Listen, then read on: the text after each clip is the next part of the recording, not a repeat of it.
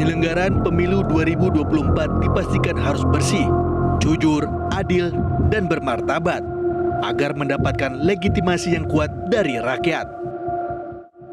Bagaimana agar kita ini bisa mengawal pemilu berlangsung dengan bersih, dengan fair, transparan, dan jujur, bebas dari berbagai kecurangan dan tekanan, sehingga kemudian menghasilkan hasil pemilu yang berkualitas dan bermartabat. Namun pemilu yang dilakukan 5 tahun sekali selalu saja dibayang-bayangi kerawanan dan kecurangan. Bawaslu petakan tempat pemungutan suara rawan pada pemilu 2024 untuk mengantisipasi gangguan hambatan di TPS pada hari pemungutan suara. Hasilnya terdapat 7 indikator TPS rawan yang paling banyak terjadi, 14 indikator yang banyak terjadi, dan 1 indikator yang tidak banyak terjadi namun tetap. Akademisi pun sudah mewanti-wanti agar pemilu bisa berjalan tanpa kecurangan dan demokrasi tak dinodai. Menuntut hak pilih rakyat dalam pemilu dijalankan tanpa intimidasi, tanpa ketakutan, berlangsung secara jujur dan adil. Lawan kecurangan, kawal pemilu bermartabat.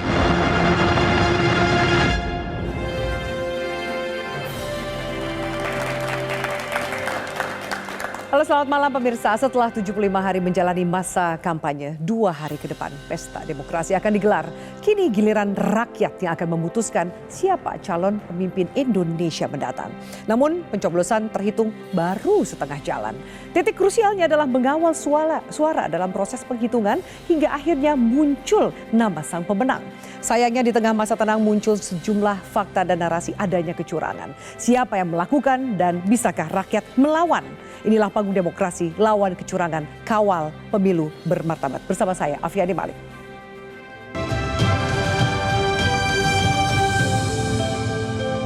Dan sudah hadir di studio, di sebelah kanan saya ada anggota Dewan Pembina Perludem Mbak Titi Anggraini. Halo Mbak Titi, selamat malam. Malam Mbak Titi. Ya. Dan berikutnya juga ada Sekjen Komite Independen Pemantau Pemilu KIPP, Bapak Kaka Suminta. Pak Kaka, halo, selamat malam. Selamat malam.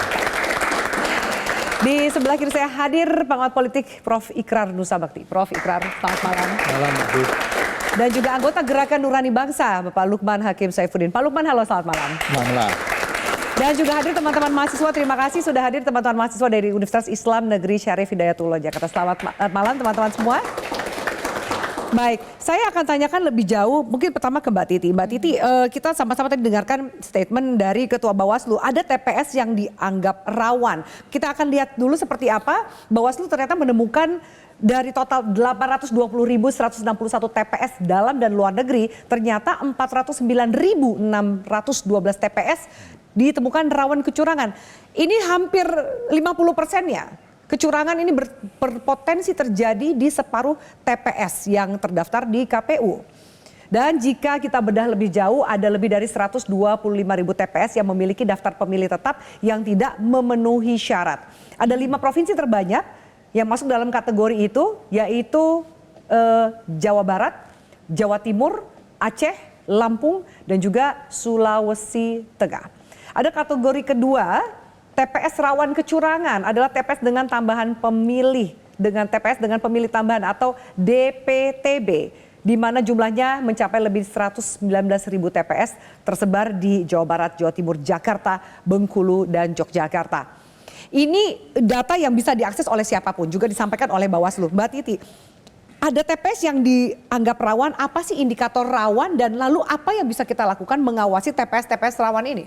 Rawan itu ditentukan oleh banyak faktor. Dari mulai lokasi, kalau dia jangkauannya di daerah pedalaman atau kemudian daerah perbatasan, pinggiran, itu kemudian meningkatkan intensitas kerawanan. Termasuk juga lokasi kerawanan itu tadi kan terkait dengan tidak ada pemilih yang tidak memenuhi syarat. Betul. Ini diakibatkan rentang antara penetapan DPT yaitu di bulan Juni 2023 dengan hari pemungutan suara itu 14 Februari kan cukup panjang, setengah tahun lebih. Pada setengah tahun itu ada pergerakan pemilih, ada yang meninggal dunia, dari TNI Polri menjadi sipil atau sebaliknya. Nah itu kan mestinya kalau walaupun DPT-nya tidak ada perubahan, tetapi para petugas itu bisa memutakhirkan. Jadi dicatat, dihapus dari DPT atau kemudian di stabilo istilahnya, diberi status tidak lagi memenuhi syarat. Pertanyaannya adalah apakah semua KPPS kita melakukan hal tersebut dan mampu mengidentifikasi hal tersebut. Lalu kemudian meskipun di TPS ada saksi, ada pengawas, apakah saksi dan pengawas punya penguasaan teknis kepemiluan seperti itu? Kok Anda melihat kualitasnya seperti apa dari 2 pemilu yang lalu, anggaplah kita berkaca? Iya, ada kemajuan yang di 2024 itu karena kita punya pengalaman di 2019 yang coba dilakukan oleh KPU. Misalnya sekarang semua KPPS itu dilatih 7-7-nya mengikuti yang disebut dengan bimbingan teknis. Tetapi yang berdasarkan interaksi saya dengan beberapa teman-teman itu masih ada yang kebingungan. Contoh, menentukan surat suara sah dan tidak sah, terutama untuk pemilu legislatif. Jangan bayangkan pemilu presiden saja. Ini ada 5 posisi yang dipilih, ratusan caleg yang juga mereka harus perhatikan dan hitung suaranya. Contoh, surat suara sah dan tidak sah. Sah itu ada 16 variabel untuk menentukan suara sah. Dan kemarin saya bahkan membantu beberapa KPPS mengidentifikasi kalau coblosannya begini itu disebut sah atau tidak. Kalau coblosan begini itu seperti apa. Karena di dalam buku panduan yang mereka peroleh fokusnya itu ke Pilpres. Jadi lebih banyak contoh-contoh surat suara sah tidak sah itu untuk Pilpres. Dan jadi, lebih mudah diidentifikasi. Dan memang, surat suara tidak sah untuk Pilpres itu jumlahnya lebih sedikit, 2, sekian persen. Tapi untuk pemilu legislatif itu angkanya 11,12%. Nah itu juga menimbulkan kerawanan karena ini adalah pemilu dengan kompleksitas teknis terbesar di dunia. Jadi membutuhkan bukan hanya petugas yang memahami alur, tetapi juga mestinya kontrol itu ada di pengawas. Dan juga ada di saksi. Sayangnya pengawas kadang-kadang juga tidak punya pemahaman yang sama karena BIMTEK-nya biasanya tidak terlalu menjangkau hal-hal teknis di TPS. Akhirnya misal pemilih yang tidak memenuhi syarat, ini contoh DPK. Saya sudah memilih di TPS A, lalu kemudian tinta di jari saya kan ada. Tapi ini kemudian bisa luntur, bisa dibersihkan. Lalu saya pindah ke TPS terdekat, bawa KTP saja. Nah kemudian tanpa diperiksa harusnya kita punya yang namanya cek dptonline.kpu.go.id. Supaya ketika menyerahkan data dirinya bisa dicek. Betul, mestinya di setiap TPS itu ada diwajibkan sekarang setiap satu petugas itu punya HP Android. Itu sebenarnya untuk si rekap, tapi kalau dia betul-betul cermat, saya baru memperhatikan di Kuala Lumpur itu, mereka itu sudah di screening, disaring di awal pintu masuk. Jadi memasukkan paspor, dicek dptonline.kpu.go.id, terlihat dia itu masuk kategori pemilih apa. Kalau dia pemilih DPT, namanya langsung muncul. Atau kalau dia pindahan, itu juga muncul. Karena kalau dia pemilih pindahan, surat suaranya ikut menentukan. Kalau dia pindah provinsi, dia hanya boleh dapat surat suara Pilpres. Kalau dia dalam satu provinsi, Pilpres dan DPD biasanya. Nah ini kecermatan dan ketertiban dari petugas untuk patuh. Sayangnya tidak semua terpapar informasi dengan baik. Nah itu juga meningkatkan kerawanan. Baik, ini Prof, saya minta tanggapan Anda dan juga Pak Lukman. Kalau kemudian ini yang dijelaskan baru segelintir ya, baru secuplik saja bagaimana kendala teknis bisa menjadi celah potensi kecurangan dan lain-lain. Kalau dari kacamata politik sendiri Prof, masa tenang ini ada yang bilang bahwa masa tenang justru masa yang tidak tenang gitu. Banyak gerakan bawah tanahnya, operasi senyapnya, serangan fajarnya. Bagaimana Prof melihat masa tenang kali ini? Ya terus terang ya, ini pemilu 2024 ya, buat saya pribadi ya, ini adalah masa yang paling menegangkan dibandingkan dengan pemilu-pemilu sebelumnya ya. Kenapa ini jadi menegangkan? Kenapa menegangkan? Karena kita tahu ya, salah satu pasangan calon itu adalah anaknya presiden, ya, dan itu yang kemudian menjadikan persoalan di dalam pemilu itu menjadi sangat rumit ya. Kenapa demikian? Karena yang digerakkan oleh pasangan calon ini bukan cuma partai-partai menjadi pendukung, tapi juga aparat keamanan negara, kepolisian negara, kemudian TNI, Polri, ASN dan sebagainya ya. Dan kita juga tahu ya, tanpa kemudian dijelaskan apa yang terjadi misalnya di Jawa Tengah ya. Bagaimana kemudian aparat kepolisian ikut campur di dalam mengubah atau melakukan suatu interview seakan-akan para guru besar ini yang Anda maksud? Ya, para guru besar. Satunya? Tapi yang didatangi oleh polisi itu kan rektornya. Ya.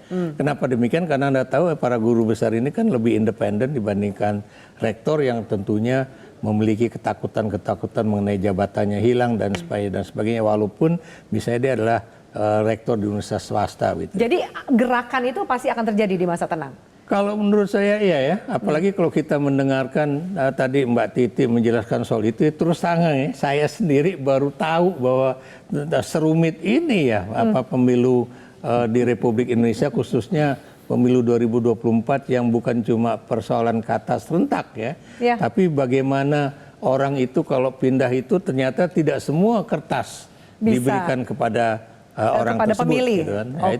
Oke, baik. Pak Lukman, Anda mau menanggapi? Iya, jadi kerawanan yang tadi dijelaskan itu bisa terjadi karena dua hal. Bisa karena kesalahan teknis, kehilafan katakanlah begitu ya, tanda kutip. Tapi juga karena by design, dengan niat itu. Bedanya apa tuh antara dua ya itu? kalau kehilafan itu kan nggak sengaja, tidak ada kesengajaan. Di mana-mana yang namanya pemilu tidak ada yang sempurna 100% gitu. Apalagi kita kan sistemnya masih coblosan begitu. Masih manual ya? Masih manual sekali. Jadi ya bisa dimaklumi kalau itu kehilafan. Tapi problemnya adalah karena kerawanan itu yang berpotensi kecurangan, itu dari laporan yang muncul melalui media massa, melalui banyak sumber-sumber berita, itu by design. Jadi ini terencana itu. Terbukti dengan banyaknya laporan, investigasi dari sejumlah media massa. Dan itulah yang lalu membuat kami di Gerakan Nurani Bangsa itu merasa ini ancaman serius bagi keutuhan bangsa. Mengapa? Karena pemilu ini pertaruhan sebenarnya. Kita adalah bangsa yang sangat heterogen, yang sangat majemuk, yang karenanya aspirasi yang sangat beragam ini harus disikapi secara beradab. Cara kita menyikapi keragaman aspirasi secara beradab itu dengan memilih demokrasi. Gitu. Dan pemilu itu adalah bagian terpenting dari proses demokratisasi itu. Dan ketika pemilu menghadapi ancaman yang mengalami yang berpotensi terjadinya kecurangan yang sistematis, katakanlah begitu, ini pertaruhan. Karena siapapun yang nanti terpilih, itu akan menghadapi atau memperoleh legitimasi yang diragukan. Karena siapapun. Karena kalau pemilunya buruk, tidak bermartabat, penuh dengan kecurangan, terjadi distrust, ketidakpercayaan publik. Maka siapapun yang akan memimpin bangsa sebesar dan sepanjemuk kita itu akan kesulitan luar biasa menghadapi masyarakatnya yang tidak percaya. Nah, ini yang harus betul-betul menjadi kepedulian kita semua, khususnya para penyelenggara pemilu, KPU, Bawaslu, DKPP dan seterusnya. Yang kedua adalah para peserta pemilu, baik partai-partai politik maupun paslon, capres-cawapres. Dan yang ketiga adalah alat-alat negara. Dua institusi yang sangat penting untuk menjaga tidak hanya Kamtibmas, Polri, tapi juga ketahanan kita sebagai bangsa, TNI, yang lagi-lagi laporan yang kita terima, dua institusi ini juga digunakan. Dikerahkan lah ya. Digerakkan. Jadi ini yang harus betul-betul menjadi kepedulian kita. Kita harus jeda dulu. Kita akan bahas temuan lebih jauh termasuk dari teman-teman di Pak Kakak di KIPP itu seperti apa temuannya. Karena mulai dari beli suara, kemudian kong kali kong coblos suara, sampai ada mobilisasi pemilih. Datanya nanti kami akan bahas usai jeda. Tetaplah bersama kami.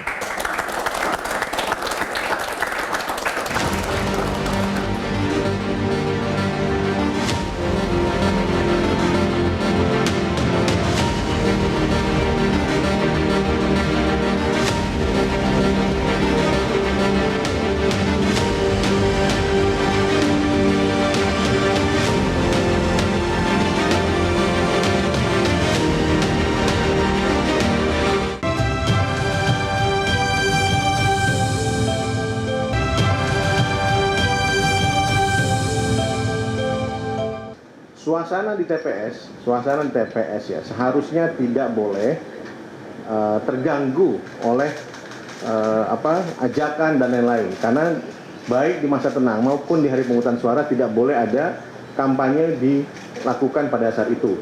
Kemudian juga kemungkinan adanya terjadinya mobilisasi massa itu potensi terjadi. Dengan demikian maka karena terlalu dekat dengan tim pemenangan dan lain-lain ini yang mengganggu kemudian jalannya proses pemungutan suara. Karena apalagi kalau sudah masuk lingkungan TPS, bahkan kami pun sendiri Bawaslu Indonesia itu tidak bisa masuk kecuali tidak bisa masuk ke arena TPS kecuali KPPS dan juga pengawas TPS. Kami harus berkoordinasi dengan pengawas TPS pada hari H itu di lingkungan TPS. Jadi aturannya ketua KPU RI, anggota KPU RI, ketua Bawaslu RI hanya di luar TPS. Ya, baik. Tadi kita sama-sama dengarkan statement dari Ketua Bawaslu yang menjelaskan seperti apa kerawanan. Salah satunya adalah yang dijelaskan lokasi TPS Raut adalah TPS yang dekat dengan rumah peserta atau tim sesnya. Tapi Pak Kakak, saya mengutip statement dari rekan-rekan di KIPP yang mengatakan potensi kecurangan pemilu di 2024 lebih besar dibandingkan 2019. Apa temuan dari teman-teman KIPP? Iya. Kalau kita lihat preteks ya, karena pemilu itu tidak sekedar hari pemungutan suara, tetapi kita melihat preteksnya mulai dari hampir semuanya input. Input itu mulai dari input siapa yang akan memilih, siapa yang akan dipilih, dan kemudian juga semua sistem-sistem yang dilakukan atau dibuat oleh KPU, kemudian apa yang dilakukan oleh Bawaslu, baru kemudian masuk ke dalam pemungutan suara. Dan dari situlah kemudian muncul output. Nah, dari inputnya ini saya pikir banyak catatan. Catatannya cukup besar. Misalnya kalau kita perhatikan inputnya peserta pemilu saja ada catatan. Misalnya teman-teman mempermasalahkan terkait dengan sipol dan verifikasi partai politik. Itu jelas kemudian DKPP menyatakan bahwa KPU bersalah.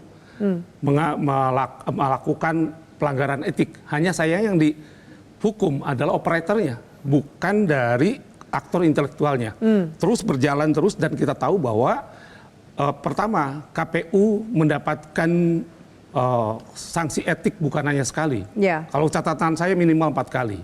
Dan semuanya adalah pelanggaran etik berat yang kemudian disebut peringatan keras. Hanya sayangnya peringatan keras, kemudian peringatan keras terakhir, ketiga peringatan keras lagi, dan terakhir peringatan keras terakhir. Ini terkait dengan DKPP, artinya ini peringatan kerasnya ternyata nggak cukup keras karena masih ada peringatan keras berikutnya gitu. Kurang keras berarti Pak. Seperti sinetron, episodenya banyak. Berkali-kali, jadi ini mirip drama.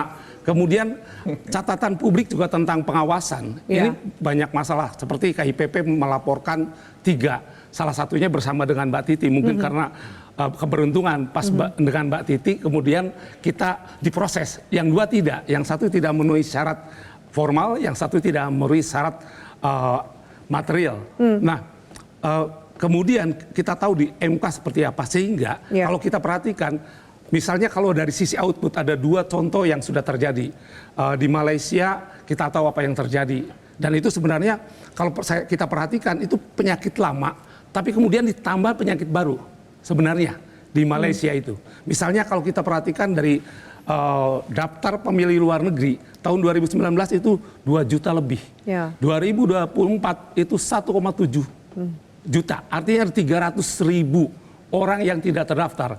Kemudian belum lama ini sekitar 2 bulan Januari itu ada teman-teman yang mengatakan bahwa, dan kami konfirmasi, ratusan ribu WNI yang memiliki hak pilih seharusnya tidak bisa menggunakan, tidak tercatat di dalam daftar pemilih. Bahkan tidak tercatat. Iya, tidak tercatat. Dan itu mereka sudah menyampaikan tapi tidak bisa dimasukkan. Dan kemudian apa yang terjadi di Malaysia dan hari ini terjadi sesuatu di Paniai. Artinya bahwa pemilu kita ini cukup panas. Pemilu yang cukup panas artinya gesekannya cukup tinggi. Nah, apakah itu akan berpengaruh ke tingkat kecurangan yang potensinya juga akan lebih besar? Dengan kompetisi dan gesekan yang tinggi? Gesekan yang tinggi dan panasnya sebuah pemilu, khususnya karena yang sudah melakukan pemungutan suara itu di Malaysia, di luar negeri. Kalau di Papua itu mereka melakukan rapatnya sudah dari kemarin. Jadi rapat untuk noken itu sudah dilakukan dari kemarin.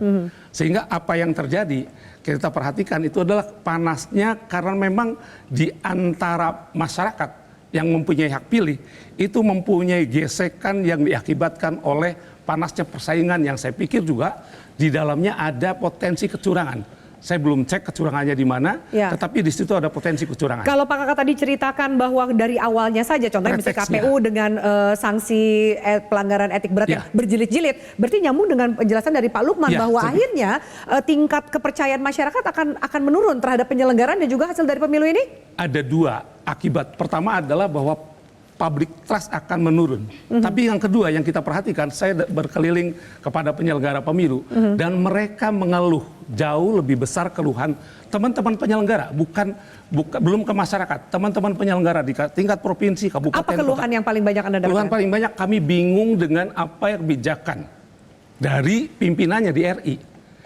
Misalnya, kejelasan tentang apa yang Mbak Titi sampaikan. Secara prosedural, setiap warga negara itu memang harus masuk dalam DPT atau DPTB, baru kemudian di DPK. Tapi problemnya, mereka melihat banyak sekali yang tidak masuk dalam DPTB, tidak masuk dalam DPT, tetapi tidak bisa menggunakan DPK. DPK-nya. Misalnya hari ini di Jakarta Selatan, ada 30 orang pekerja konstruksi yang tidak mungkin pulang, tetapi mereka tidak bisa menggunakan DPK. Dan mereka tidak bisa mengambil masuk dalam DPTB karena mereka bukan dalam kategori sebagai orang yang perjalanan dinas, bukan mereka yang sedang berobat dan seterusnya. Jadi ada warga negara yang secara administratif tidak bisa menggunakan terhalangi pilihnya. lah ya, terhalangi menggunakan hak pilihnya. Oke, Pak Lukman atau Prof Ikram mau menanggapi? Silakan Pak Lukman. Lalu bagaimana dari sisi politik ketika kemudian sudah dijelaskan keluhannya bukan hanya dari masyarakat, termasuk juga penyelenggara dengan aturan yang tumpang tindih, bagaimana kita bisa berharap bahwa public trust ini bisa terjadi? Ya, memang di sini tantangan bagi penyelenggara negara itu memang besar sekali, termasuk harapan publik ya. Karena KPU itu adalah institusi yang tidak hanya nasional, bersifat nasional, tapi juga tetap dan mandiri. Nah, kata mandiri itu sengaja dilekatkan kepada KPU sebagai hasil perubahan konstitusi, Undang-Undang Dasar kita. Karena dulu itu kan LPU di bawah Kemendagri, dulu rezim Orde Baru. Tapi lalu kemudian kita reformasi, kita ingin betul-betul penyelenggara pemilu itu independen, mandiri. Nah, pertanyaannya kemudian adalah kenapa terkesan ini tidak mandiri, itu tidak sepenuhnya mandiri. Jadi di sini itulah kenapa problemnya KPU-KPU di daerah itu mengalami kesulitan karena pusatnya juga tidak cukup memberikan, tidak firm begitu. Nah, ini yang menurut saya harus kita dukung bersama agar KPU pusat itu betul-betul punya percaya diri yang tinggi, mandiri, sehingga lalu kemudian semua harapan masyarakat kita akan pemilu yang bermartabat itu betul-betul bisa dikawal oleh KPU itu sendiri. Jadi itu. Prof Ikram, kalau kemudian ternyata terkesan tidak mandiri, lalu kemudian ada kebingungan, tidakkah itu menjadi celah untuk godaan maupun apapun? Ya, ini nih memang ada suatu problem besar ya. Kita kan dulu di awal reformasi ya, segalanya itu kan harus dipilih melalui DPR. Ya. Dan kita berharap DPR itu akan tidak sewenang-wenang ya dibandingkan dengan pemerintah. Kalau pemerintah kita pikir bahwa itu kepentingan politiknya jauh lebih besar. Tapi ternyata ya apakah itu pemilihan anggota KPK, ya, KPU dan sebagainya itu rupanya kepentingan politik dari masing-masing partai itu juga cukup kuat ya. Ya kita bisa melihat ya bagaimana beberapa orang anggota KPU di masa yang lalu misalnya kan itu kan terkena juga kasus gitu ya. Terkena kasus ya karena kemudian menguntungkan salah satu partai yang kemudian mendukung dia untuk menjadi anggota KPU. Itu yang menyebabkan independensi itu dipertanyakan ya. Kemudian kedua ya itu biar bagaimanapun anggota KPU juga ada yang memiliki kepentingan pribadi juga ya. Dan itu juga terjadi ya terlepas di dalam suatu dialog yang Mbak Titi juga ada di situ mengatakan bahwa enggak mungkin gini-gini ya. Tapi yang jelas publik itu tahu dia pernah kena kasus ya terkait dengan misalnya pendaftaran partai kan. Jadi itu kan juga menunjukkan betapa dia ini ya, ada masalah dan kalau kemudian tadi sekretaris KIPP mengatakan bahwa kalau udah berkali-kali itu kok kemudian kenapa nggak dipecat gitu kan? Ini menjadi satu pertanyaan juga gitu. Pertanyaan itu kita gantung dulu, kita akan bahas usai jeda. Termasuk juga ada statement yang mengatakan, oh zaman sudah canggih mana bisa curang, memang ada rahasia. Apa kemudian bagaimana melakukan kecurangan di zaman penuh teknologi seperti ini? Akan kita bahas usai jeda. Tetaplah bersama kami.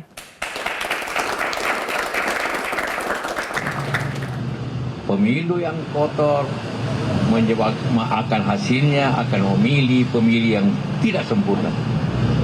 Ya, saya tidak mengatakan kotor, katakanlah tidak sempurna. Ya, kalau pemilih caranya begitu, itu aja intinya. Tapi kalau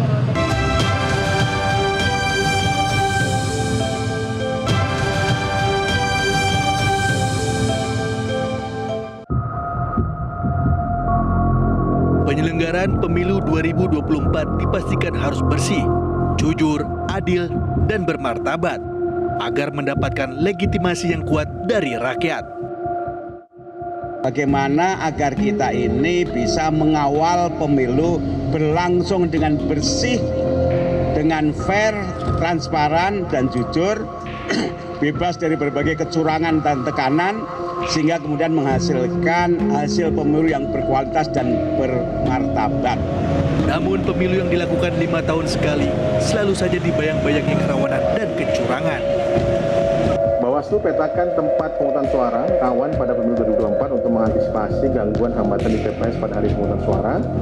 Hasilnya terdapat 7 indikator TPS rawan yang paling banyak terjadi, 14 indikator yang banyak terjadi, dan 1 indikator yang tidak banyak terjadi namun tetap.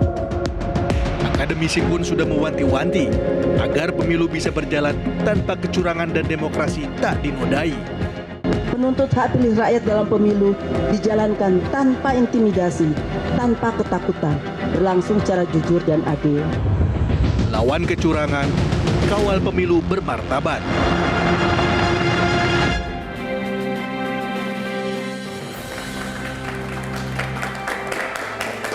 Ya, baik. Pemirsa, terima kasih. Saya akan kembali lanjutkan Panggung Demokrasi, Mbak Titi. Ini kan kalau kita membahas kecurangan, orang hanya berpikir kecurangan terjadi pada hari pencoblosan. Tapi bagaimana dengan di masa tenang sendiri? Seperti yang kita bahas di awal, ada gerakan bawah tanah, serangan fajar, dan lain-lain. Apakah juga itu ditemukan oleh teman-teman di Perludem? Iya, kalau itu kan sebenarnya kasus klasik ya.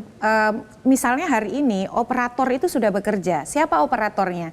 Dia kalau one on one itu sudah terlalu tradisional. Memainkan adalah orang berpengaruh di komunitas dan orang berpengaruh di lingkungan. Siapa itu? Struktur warga, RT, RW, tokoh agama, tokoh masyarakat. Bagian dari orang berpengaruh terpandang di lingkungan itu, yang punya masa besar. Itu yang dimainkan.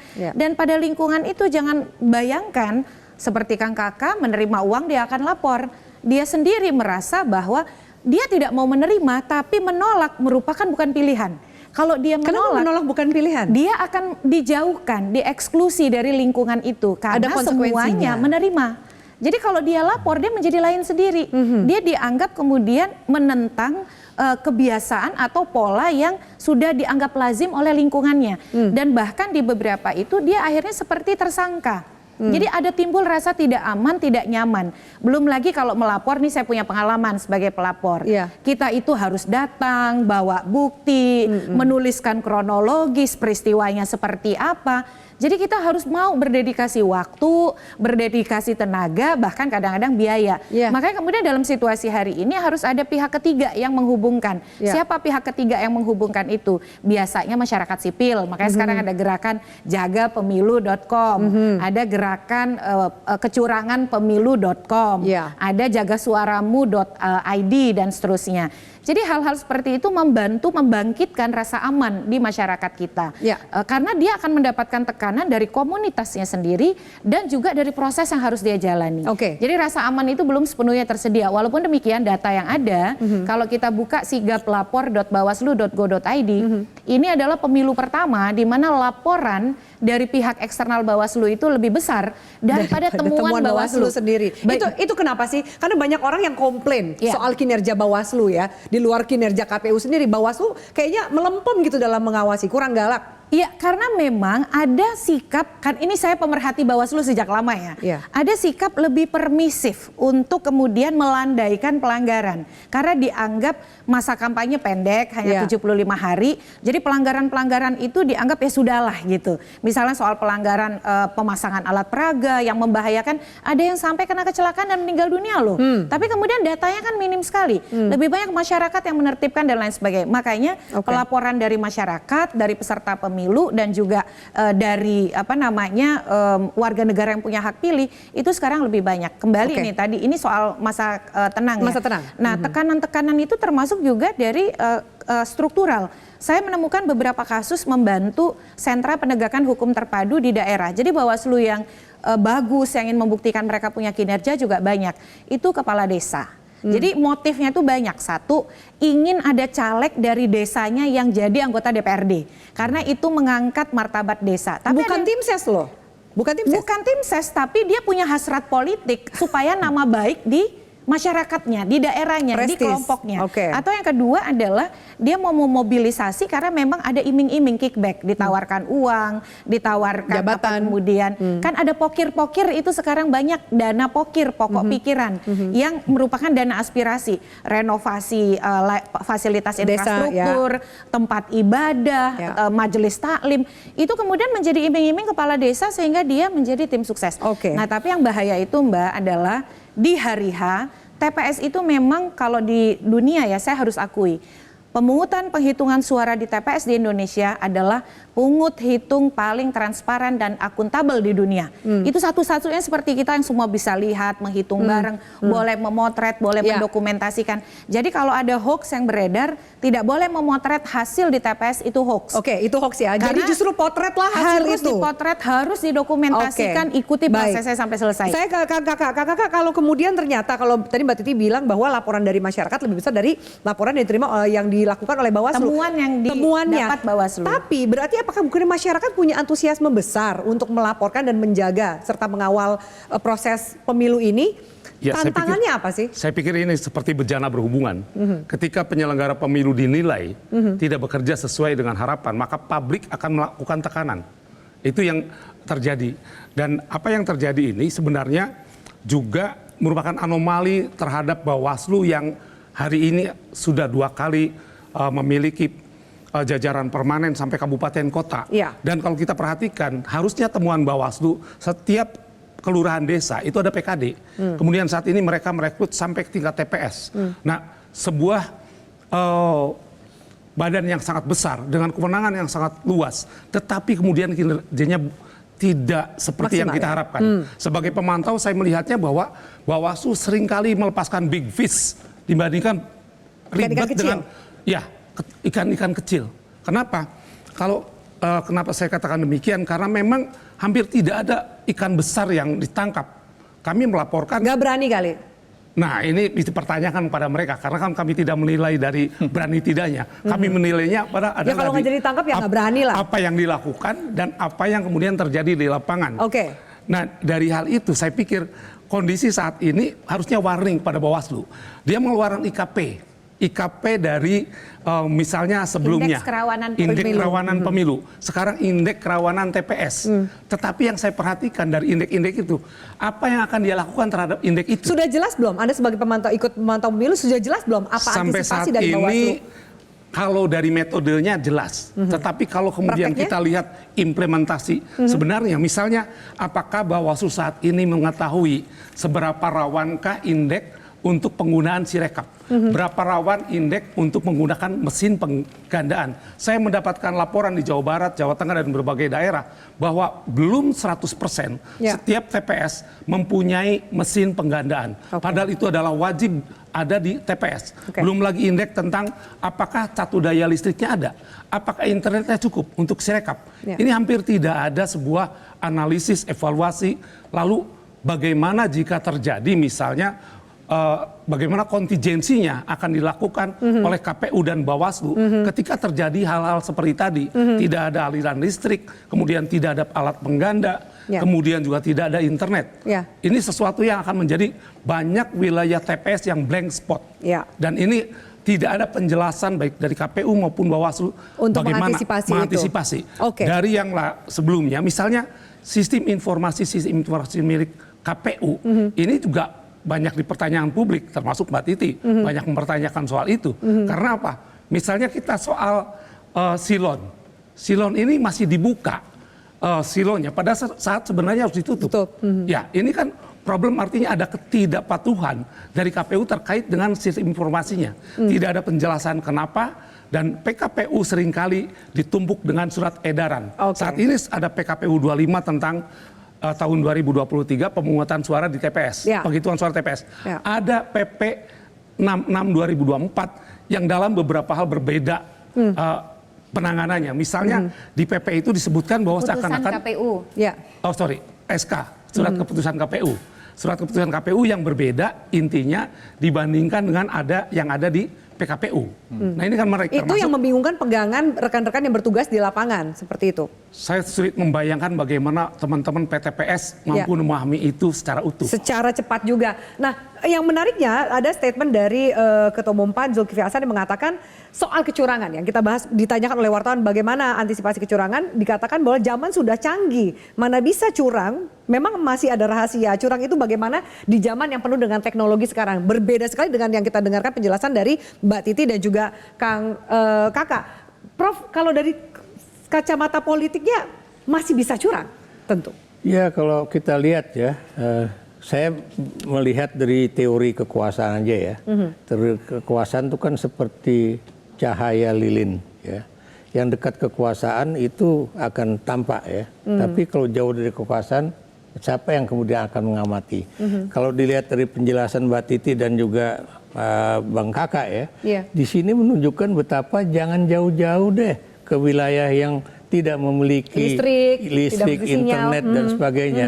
Di daerah yang tadi Anda katakan itu Jawa Barat, Jawa Tengah, daerah istimewa Yogyakarta, itu aja masih terjadi kecurangan semacam itu ya. Dan kemudian bagaimana nih yang namanya katanya hasil nggak boleh dipotret ya. Padahal Anda tahu ya, itu yang namanya jaga pemilu atau yang awal dari pemilu presiden langsung itu jelas-jelas menunjukkan betapa kerja mereka yang mengutip atau memfoto dari hasil yang diumumkan oleh KPU dari masing-masing TPS, sebetulnya yang namanya penghitungan suara itu tidak mungkin dipermainkan.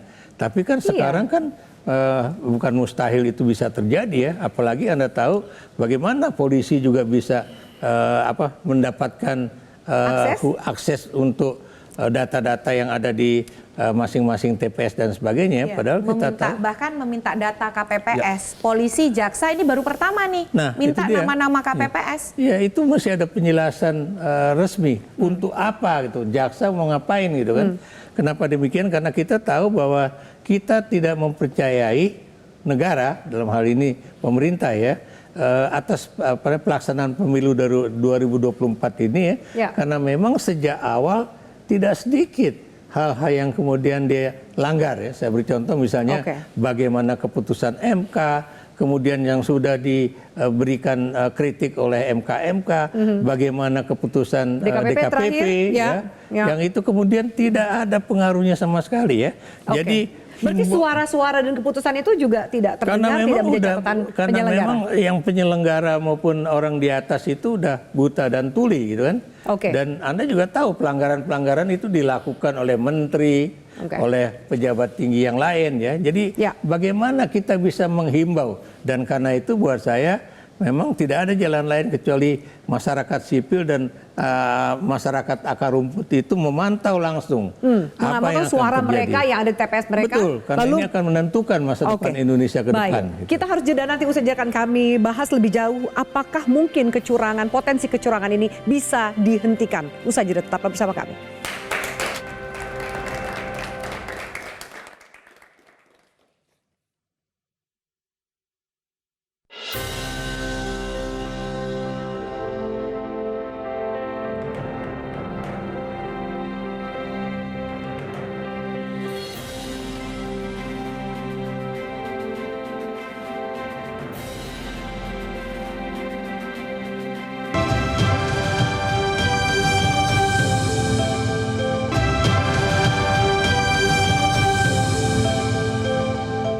Budaya malu yang dimiliki masyarakat Nusantara sejatinya merupakan nilai luhur yang telah tertanam turun-temurun. Namun patut disadari bahwa budaya malu dapat luntur seiring dengan makin kuatnya desakan zaman yang mengaburkan standar-standar etika dan moral masyarakat. Ya, baik, bisa kita lanjutkan. Pak Lukman, dari Anda sendiri ketika sempat bertemu Gerakan Nurani Bangsa ini bertemu dengan KPU, Bawaslu, bagaimana Anda menyerap? Apakah mereka akan bekerja dengan profesional, mendengarkan semua kritik yang kita sampaikan ini, atau seperti apa? Sebelum kami ketemu dengan KPU, Bawaslu, kami juga bertemu dengan sejumlah perwakilan masyarakat sipil yang melakukan kawal suara, kawal pemilu dan seterusnya. Intinya adalah transparansi gitu ya. Jadi pertama misalnya peta hierarki TPS se-Indonesia. Ini nggak semua kita tahu ini. Jadi jumlah TPS se-Indonesia itu berapa, ada di mana saja, dan seterusnya. Ini nggak pernah akses informasi terhadap hal itu. Teman-teman masyarakat sipil pemantau pemilu itu sulit mendapatkan. Yang kedua adalah akses informasi Sirekap. Jadi hasil penghitungan suara. Jadi dengan TPS yang tersebar di mana saja, lalu masing-masing TPS itu penghitungan suaranya seperti apa. Ini juga menjadi tuntutan agar transparansi dalam hal itu terjadi. Tapi begini, saya ingin juga, karena dari tadi kita ini kan mencecar penyelenggara ya, ada KPU, ada Bawaslu, ada DKPP dan seterusnya, termasuk alat negara TNI Polri. Saya ingin mengapresiasi terlebih dahulu karena kita tidak mungkin mengeneralisir seluruhnya. Saya tahu di lapangan beberapa sejak dari KPPS sampai dengan teman-teman KPU daerah, ada yang memang punya integritas tinggi, punya komitmen yang baik untuk pemilu bermartabat. Jadi saya ingin mengapresiasi terlebih dahulu mereka-mereka ini, KPU di daerah, Bawaslu, dan yang bekerja memang sungguh-sungguh. Nah, yang kedua, kepada keseluruhan yang ingin melakukan manipulasi atau praktek kecurangan, saya ingin mengingatkan kembali agar ini pertaruhan kita begitu. Kalau pemilu ini tidak baik, tidak bermartabat, ini kita semua yang akan sulit. Jadi mohon bagi mereka-mereka yang mendapatkan mandat untuk menyelenggarakan pemilu ini dengan baik, termaksud alat negara, aparatur negara, anggota TNI Polri, kami sangat berharap mereka bisa betul-betul mengawal jalannya proses demokratisasi ini dengan baik begitu. Anda masih yakin bahwa itu masih bisa berjalan sesuai dengan harapan? Harapan tentu harus dilekatkan dan yang tidak kalah pentingnya kepada Bapak Presiden. Karena beliaulah yang paling bertanggung jawab terhadap penyelenggaraan pemilu. Betul, KPU itu mandiri, tapi sebagai kepala negara dan kepala pemerintahan tentu Bapak Presiden punya kewenangan untuk bagaimana mengajak semua kita untuk betul-betul menjalankan fungsi dan tugas masing-masing institusi penyelenggara pemilu ini dengan baik. Jadi tidak hanya sloganistik, tapi betul-betul diperlihatkan. Sebab kalau tidak, tadi itu distrust di masyarakat itu destruktifnya, daya rusaknya itu sangat besar, mengenakan kita semua. Kemenangan yang akhirnya sia-sia jika diperoleh dengan cara siapapun seperti yang ini. menang itu tidak bermartabat dan itu tidak berkah. Ini yang penting sekali karena kita umat beragama nih. Kemenangan yang dicapai dengan tidak bermartabat itu tidak membawa keberkahan. Baik. Mungkin nggak Mbak Titi bahwa semua paslon kan bilang, hati-hati kita akan dicurangi, semua paslon. Lalu kemudian jaga suara kita. Mungkin nggak akan ketahuan siapa yang akan melakukan kecurangan. Dan bisa nggak kecurangan ini dihentikan? Sangat mungkin kalau infrastruktur pasangan calon memang siap, terutama saksi. Karena di setiap tingkatan pada dasarnya ada saksi. Saya setuju dengan Pak Lukman ya, kita perlu mengapresiasi para pejuang demokrasi yang menjadi ujung tombak di lapangan. Siapa itu?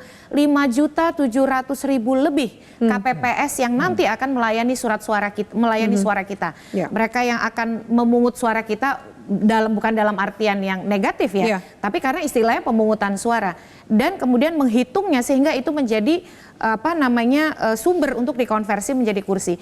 Saya menemukan banyak sekali yang punya motif sangat baik, sangat mulia. Bahkan misalnya kawan saya seorang direktur perusahaan kurang KPPS, ikut pelatihan, meninggalkan pekerjaan, membaca buku panduan. Nah, cerita-cerita ini harus lebih banyak diangkat. Dan yang begitu harus kita dukung. Betul. Kita harus gaungkan. Betul. Dan yang seperti ini menjadi contoh bahwa ketika berada di tangan yang tepat, suara kita akan punya makna. Nah, yang kedua itu pengawasan. Pasangan calon partai politik ataupun pasangan calon presiden, saksi itu dibekali dengan integritas yang kuat, militansi untuk menjaga suara. Karena kadang-kadang terjadi disparitas antara tugas yang diberikan kepada saksi, lalu kemudian di lapangan tantangannya jangan lupa praktik suap juga bisa terjadi, menyasar money politiknya saksi. bisa berjalan. Betul. Dan yang terakhir petugas pengawas TPS, ada 823.226 yang dibiayai negara untuk mengawasi TPS. Bekerjalah dengan benar, jagalah suara pemilih, jangan kemudian sekedar hadir fisik tapi tidak memahami apa tujuan mereka ada di TPS. Baik, Kang, lalu bagaimana masyarakat bisa ikut berpartisipasi seperti Kang Kakak dan teman-teman di KIPP ini? Ya, saya pikir partisipasi adalah sesuatu yang paling penting ya dalam kondisi yang tidak ideal. Saya anggap ini bahwa ada yang tidak ideal. Ketika misalnya kalau kita melihat permainan sepak bola atau permainan apapun, ketika di antara pemain saling berkompetisi, itu tidak ada masalah. Mungkin ada yang memang curang, tetapi kemudian bisa oleh wasitnya diingatkan dan sebagainya. Tetapi ketika wasitnya, wasit siapa? Wasit penyelenggara. Tetapi ada panitia yang lebih besar, yakni negara yang Pak Lukman sampaikan bahwa Pak Presiden harusnya memberikan legasi terbaik dalam pemilu saat ini. Karena tidak akan melakukan lagi pemilu. Pak Presiden, Pak Jokowi ini saat ini adalah terakhir dia mengantar Indonesia berpemilu. Maka dia memiliki kewenangan yang sangat kuat sebagai support system. Nah, kalau dari kami berpikir ketika tidak ideal, maka ada dua hal yang dibutuhkan. Pertama adalah awareness publik yang kuat. Dan saya pikir apa yang dilakukan oleh teman-teman Nurani Bangsa adalah termasuk Metro TV yang terus memberikan pendidikan pemilih dan politik ini adalah bagian untuk membangun awareness publik yang masif dan kuat. Kedua adalah partisipasi publik. Ini yang jadi partisipasi tanpa awareness tentu saja akan menjadi sesuatu yang tidak berarti. Awareness yang tanpa partisipasi ini juga sia-sia. mengawang-awang. Baik. Prof, terakhir, kalau kemudian tadi dari kacamata pemilih seperti apa, publik, mengawal dan lain-lain, bagaimana dengan peserta atau para kandidatnya? Mengutip tadi Pak Lukman bilang harus berkah dan bermartabat. Anda melihat di masa tenang ini sampai hari pencoblosan, apakah itu memang akan menjadi pegangan semua kandidat dan semua peserta pemilu? Ya, saya agak ragukan itu ya, termasuk saya mungkin ingin mengomentari Pak Lukman ya.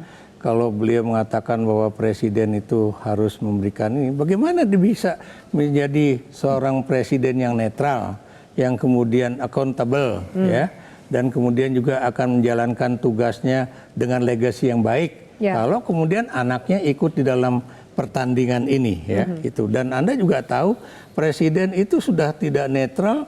Saya beri contoh ketika ada surat suara yang dikirim pertama kali ke Taiwan ya.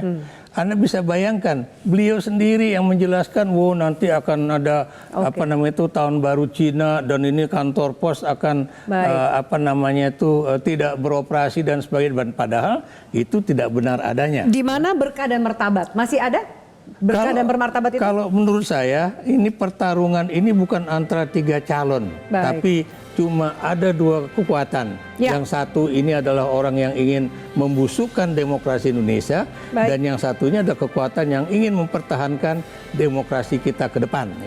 Dan karena itu buat saya pertandingan itu terserah apakah kemudian jajaran kekuasaan ini akan menang ataukah kita rakyat ya, termasuk civil society, termasuk juga Mbak Titi, Bang Kakak, dan kemudian Nurani Bangsa itu yang akan menang. Kita nantikan bagaimana sepertinya tanggal 14 Februari sebuah pesta demokrasi yang kita harapkan bisa berjalan dengan jujur, adil, dan bermartabat. Tergantung pada pemilih. Silakan pilih kandidat Anda dengan cermat, telah rekam jejaknya, dan siapa yang akan Anda pilih yang mampu menjaga amanat suara rakyat. Saya Afir Malik undur diri. Terima kasih atas atensi Anda. Selamat malam, sampai jumpa. Jelajahi cara baru mendapatkan informasi. Download Metro TV Extend sekarang.